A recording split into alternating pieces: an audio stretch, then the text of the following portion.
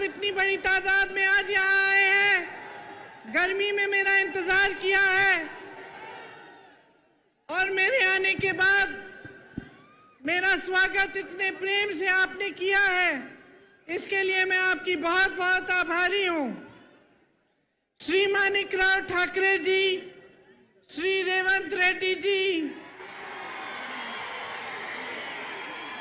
श्री भट्टी विक्रमार्का जी, श्री उत्तम रेड्डी जी, श्री जीवन रेड्डी जी, श्री जाना रेड्डी जी, श्री हनुमंतराव जी, श्री पोनल्ला लक्ष्मैया जी, मोहम्मद अजहरुद्दीन जी, श्री बलराम नायक जी, श्रीमती रेणुका चौधरी, श्री अली शब्बीर जी, सी तक्का जी, श्री मधु गौड जी, श्री जग्गा रेड्डी जी, श्री के राजू जी, श्री नरसिम्हा रेड्डी जी, वामसी जी, संपत जी, नदीम जावेद जी और रोहित चौधरी जी।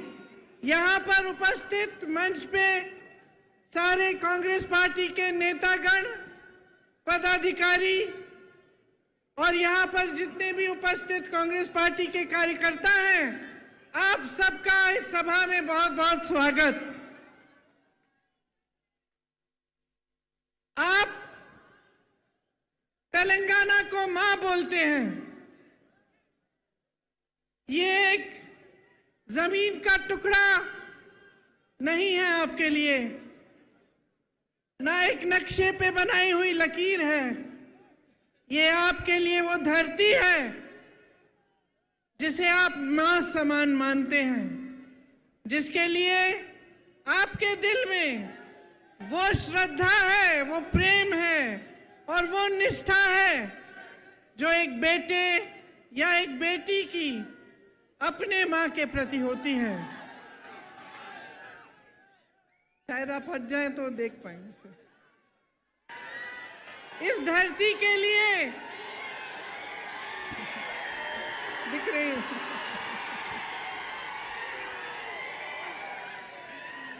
इस धरती के लिए सैकड़ों लोगों ने कुर्बानी दी। वीर श्रीकांताचार्य और सैकड़ों अमर वीरों ने तेलंगाना के लिए एक सपना देखा था और उस सपने के लिए उन्होंने अपना जीवन दिया। मित्रुलारा कोशिश करूंगी। तेलंगाना विद्यार्थी अमरवीरल्लू ए आकांक्षाल कोसम आत्म बलिदानल्लू చేసుకున్నారు। ठीक बोला? उनकी क्या इच्छा थी, उनकी क्या आशा थी? उनकी इच्छा थी, उनकी लड़ाई थी कि यहाँ के युवाओं के लिए रोजगार बने, कि आने वाली पीढ़ियों को अपना पूरा हक मिले, उनके साथ ज्यादती न हो। किसानों के लिए उन्होंने ये सपना देखा था कि उनको पानी मिले, फसलों का सही दाम मिले, कर्ज का बोझ न उठाना पड़े। अपनी बहनों के लिए ये सपना देखा था कि पूरी तरह से उन्हें भी अपना हक मिले और सारी सुविधाएं मिले। वारंगल, रेंगारेड्डी, नलगोंडा, करीमनगर, महबूबनगर जैसे शहर भी हैदराबाद की तरह विकसित हो, उनका नाम भी पूरी देश दुनिया में मशहूर हो। ये शहीद जिन्होंने तेलंगाना के लिए अपना जीवन दिया, ये चाहते थे कि बाबा साहेब अम्बेडकर, महात्मा फूले जी, कोमरम भीम जी का जो सपना है वो साकार हो। सबको सामाजिक न्याय मिले, सबको समान हक मिले। पूरे तेलंगाना का यही नारा था, नीरू निद्दलू नियमकालू। पानी, फंड्स और रोजगार, यही आप सबका नारा था। इसके लिए सैकड़ों कुर्बानियां दी गई, किसान, युवा, महिलाएं, दलित, आदिवासी सब आंदोलन के नायक थे। यहाँ की बेटे, यहाँ की बेटियां इस आंदोलन के नायक थे। ऐसा कोई एक नेता नहीं था जिसने इस आंदोलन को आगे बढ़ाया। ये आपका आंदोलन था, तेलंगाना की धरती के बेटे और बेटियों का आंदोलन था। उन्होंने कुर्बानियां दी, उन्होंने आंदोलन किया और इन कुर्बानियों की वजह से आज हम तेलंगाना प्रदेश में खड़े हैं। आप तो जानते ही होंगे, मेरे परिवार ने भी कई कुर्बानियां दी इस देश के लिए। इंदिरा भी शहीद हुई।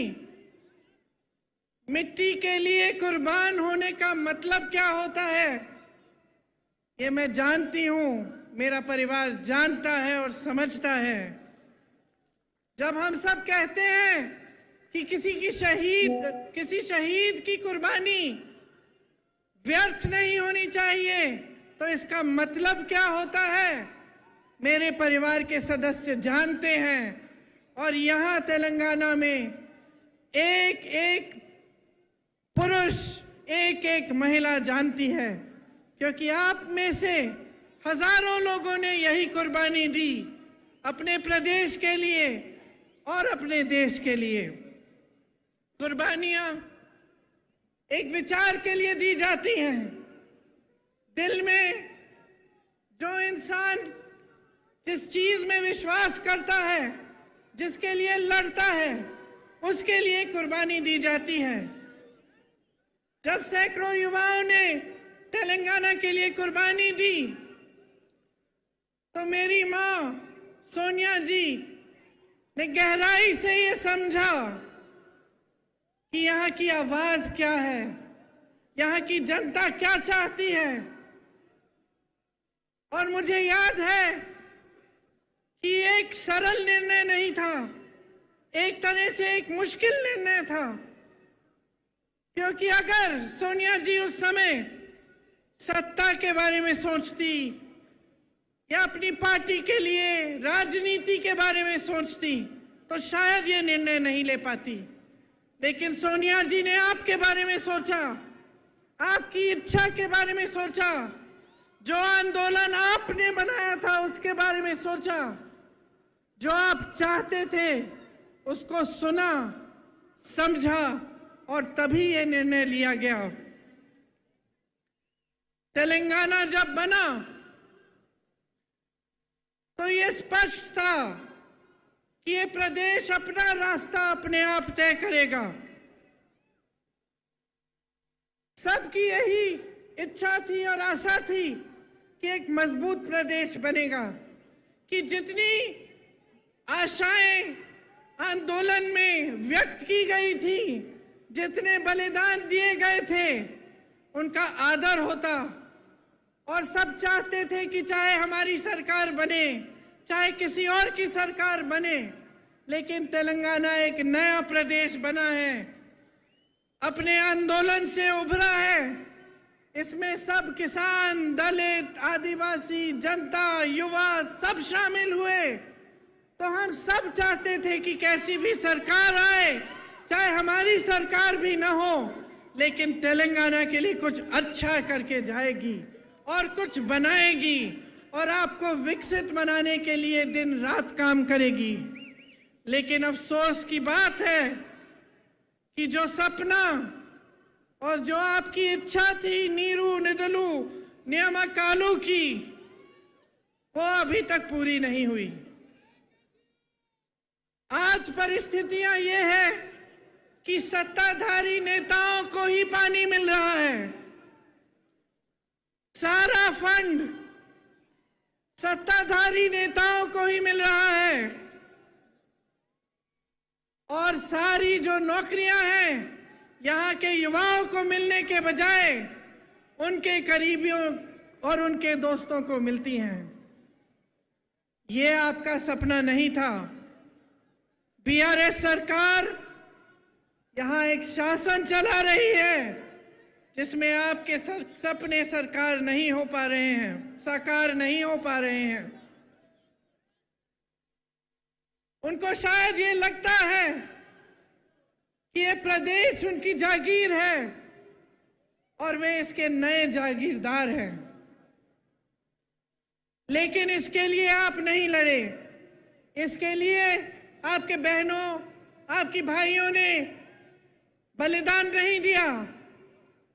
इसके लिए आपका आंदोलन नहीं चला। आपका आंदोलन इसलिए चला कि आपको अपना पूरा हक मिले, कि जितने रोजगार बन रहे हैं वो यहाँ के युवाओं और युवतियों को मिले। और इसीलिए जब बीआरएस की सरकार ने कहा कि वो आपको कर्ज मुक्त करना चाहती है और ये वादा दिया, 2.5 लाख किसानों पर आज भी 1.5 लाख रुपए का कर्ज है। 2.5 लाख किसानों पर, एक एक किसान पर कर्ज है और आपको अभी तक कर्ज मुक्त नहीं किया है, अपना वादा पूरा नहीं किया। 8,000 किसानों ने 2014 से लेकर आज तक आत्महत्या कर डाली। रोजाना लगभग 3 किसान आत्महत्या करते हैं। केसीआर जी ने कहा था कि हर घर में एक नौकरी देंगे। मैं आप सबसे पूछना चाहती हूं, आपके घरों में नौकरी मिली कि नहीं? नहीं मिली। नहीं।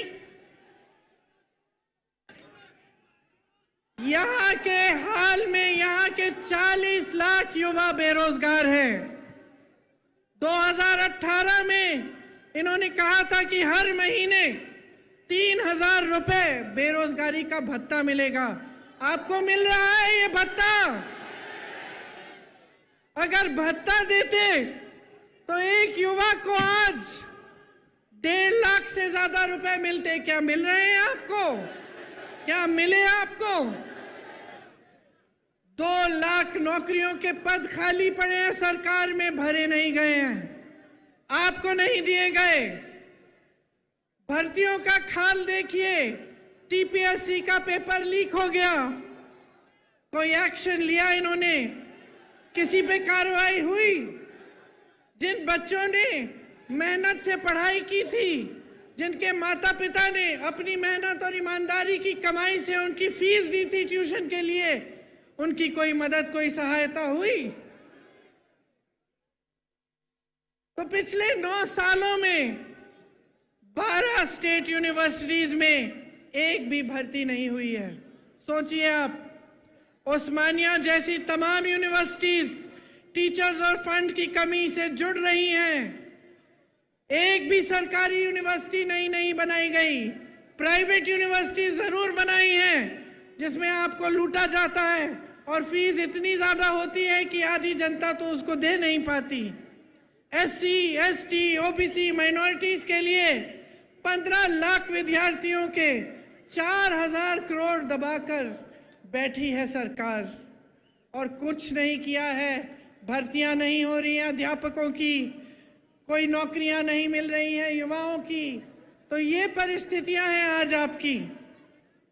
आपको बहुत चीजें कही गई थी, बहुत वादे किए गए थे, लेकिन वो वादे पूरे नहीं किए। आप शायद जानते नहीं होंगे कि बच्चों के स्कूल भी कम हो गए हैं। कम बच्चे एनरोल हो रहे हैं पाठशालाओं में और शिक्षा का ही बजट कम कर दिया है। हाँ? आप सोचिए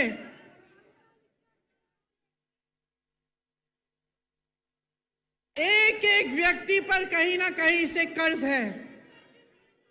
हर व्यक्ति के ऊपर हजारों रुपए का किसी न किसी तरह से कर्ज है।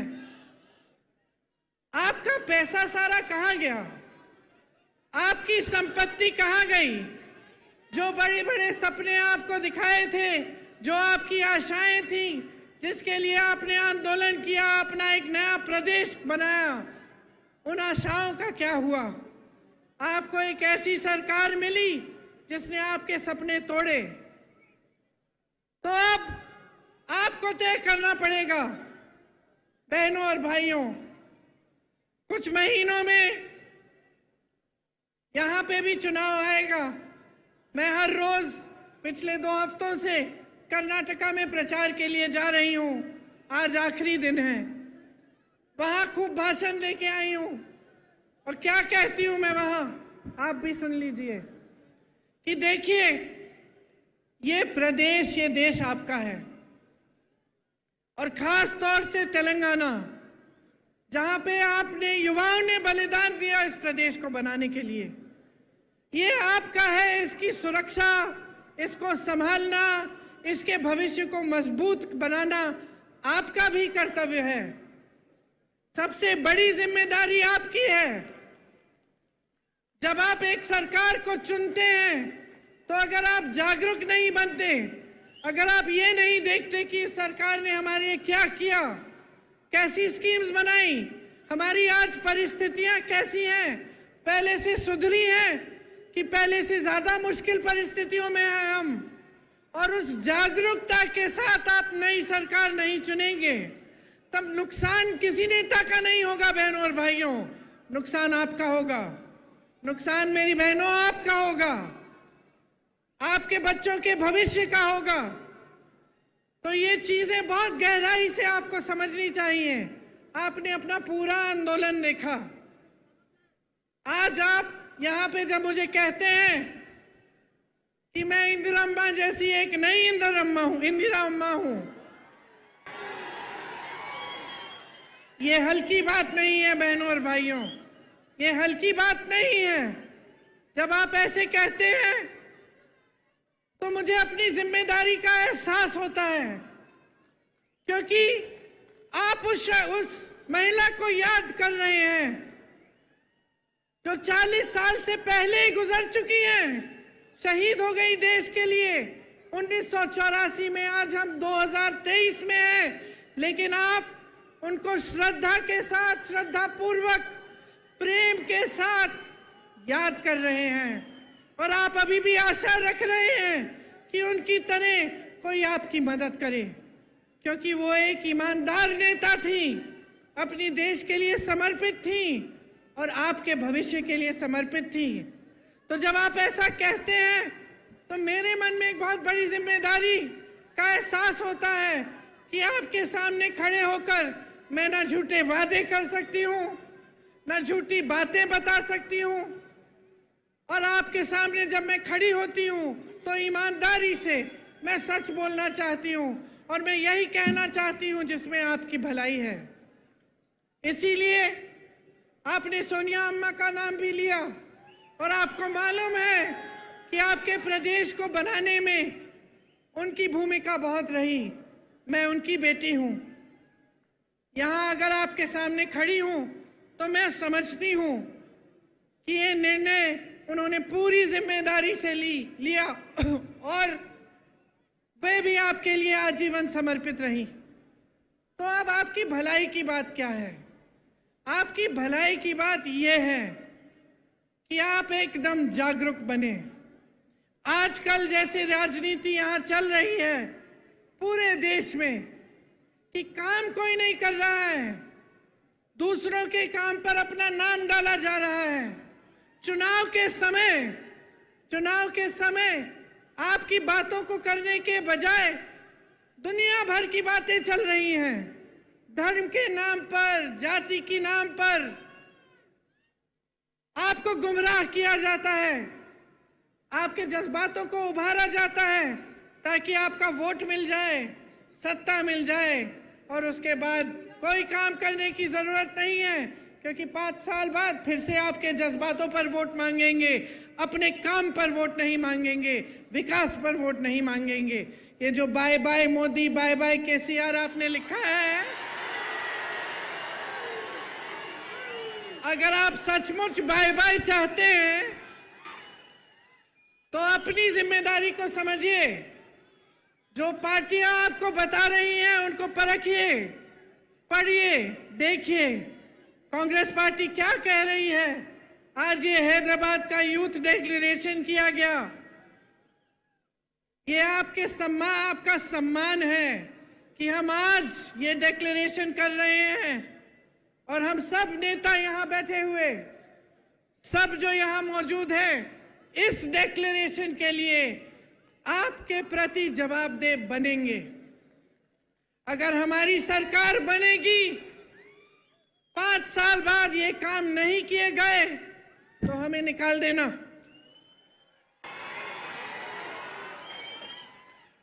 क्योंकि आज अगर हम सब ये इस मंच में बैठे हैं तो आपने बिठाया है और इसका एहसास हम सबके दिलों में होना चाहिए। इस यूथ डिक्लेरेशन में ये कहा हमने कि आंदोलन में शहीदों के परिवारों के लिए एक सदस्य को जरूर सरकारी नौकरी मिलेगी। हम ये भी कह रहे हैं कि शहीदों के माता पिता या उनकी पत्नियां को 25,000 रुपए की मासिक पेंशन दी जाएगी। 2 लाख सरकारी पद जो आज खाली पड़े हैं, इनको 1 साल के अंदर अंदर हम भरना चाहते हैं और इसका पूरा प्रयास करेंगे। जो SC, ST, OBC का बैकलॉग है भर्तियों में, इसको हम पूरा करेंगे। भर्ती के लिए हर साल एक जॉब कैलेंडर बनाया जाएगा। इसमें आपको पता चलेगा कि भर्ती के इम्तिहान कब हैं और इनके रिजल्ट कब आएंगे, ताकि स्कैम्स और घोटाले कम हों।